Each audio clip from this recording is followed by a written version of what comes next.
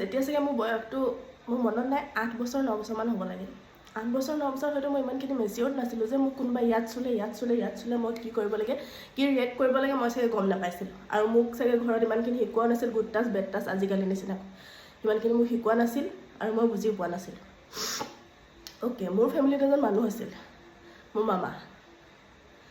তেওঁ হয়তো সেইখিনি সুবিধা উঠাইছিল যিটো মই বুজি পোৱা নাছিলোঁ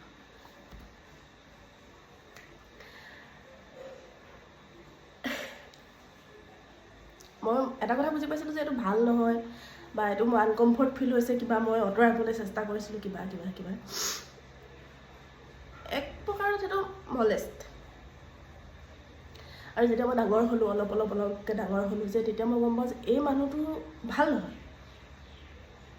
এই মানুহটোৰ আগত মই স্বাধীন অ'কে আজিতো স্বাধীনতা দিৱস সকলোকে মোৰ ফালৰ পৰা স্বাধীনতা দিৱসৰ শুভকামনা ধন্যবাদ